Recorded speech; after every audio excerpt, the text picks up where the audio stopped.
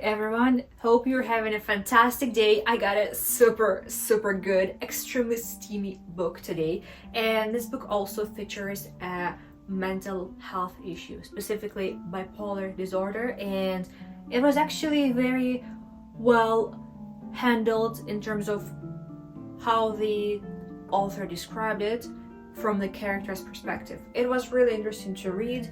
This book is Never Say Never to an Earl by Callaway.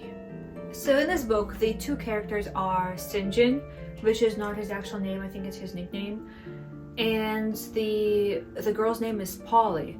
Now, St. John has bipolar disorder. The way he describes it is he has two devils that sometimes take over him.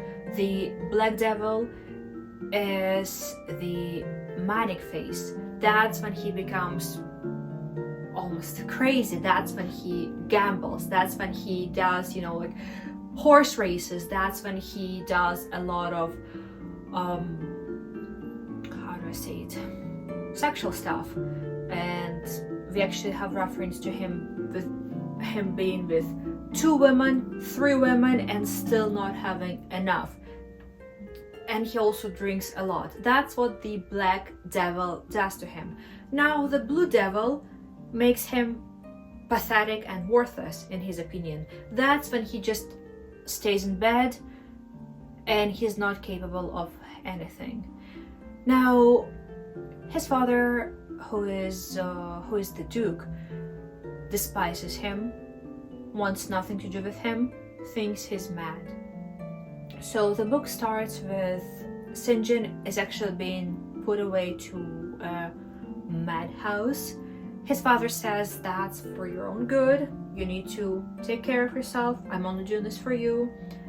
St. John, of course, does not want to be in a madhouse, but he's framed for attacking a working woman who he hired for his pleasure.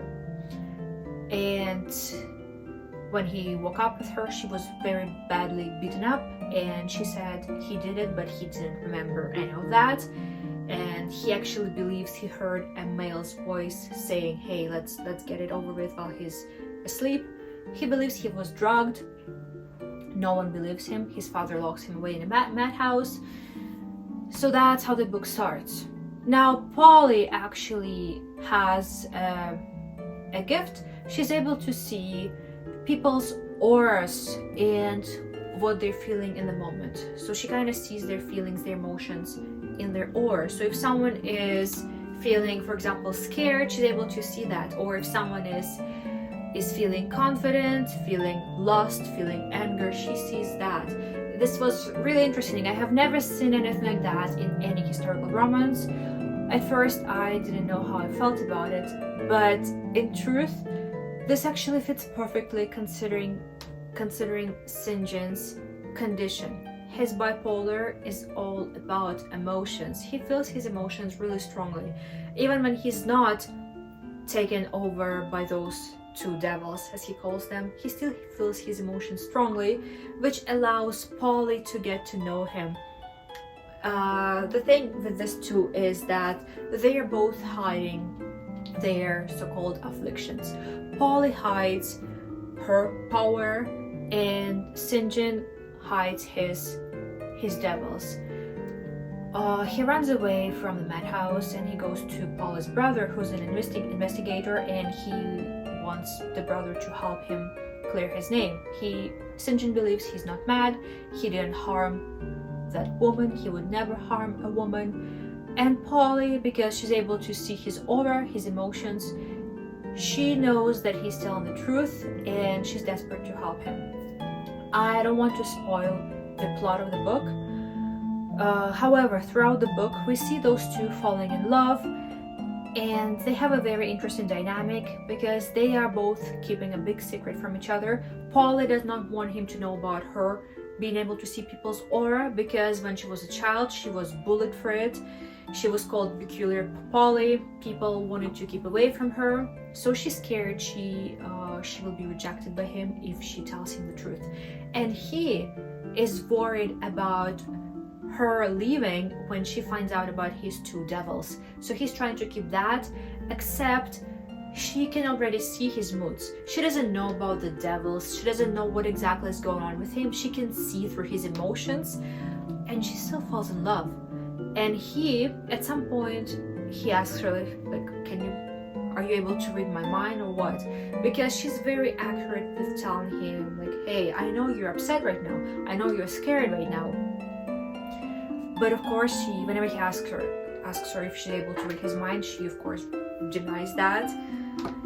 Now, another thing about this book is that it's extremely steamy. It's probably the steamiest book I have ever read.